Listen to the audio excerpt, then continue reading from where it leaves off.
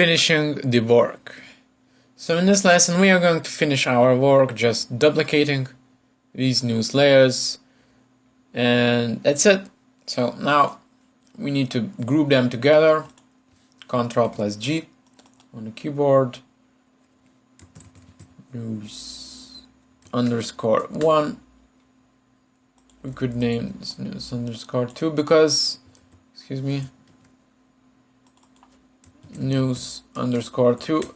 We are naming this generally because it's just a dummy content. It doesn't mean anything, and it's going to be generated from the backend of the app if you are going to actually program it.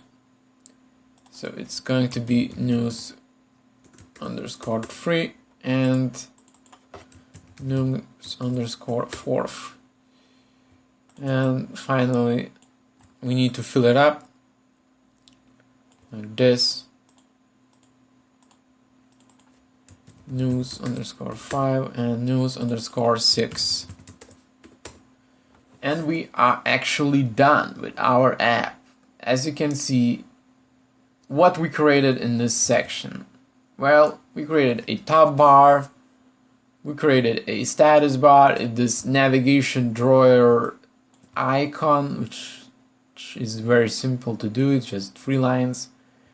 Title, the same search icon, and a bunch of news.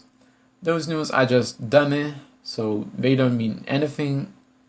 It's out of my head, and probably that's it for the day's lesson, and actually for the section 7th.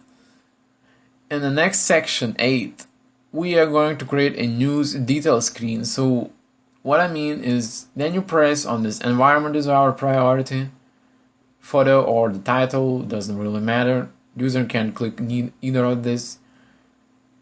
If he clicks on it, he open up a new window where he can actually read the further information about this current news.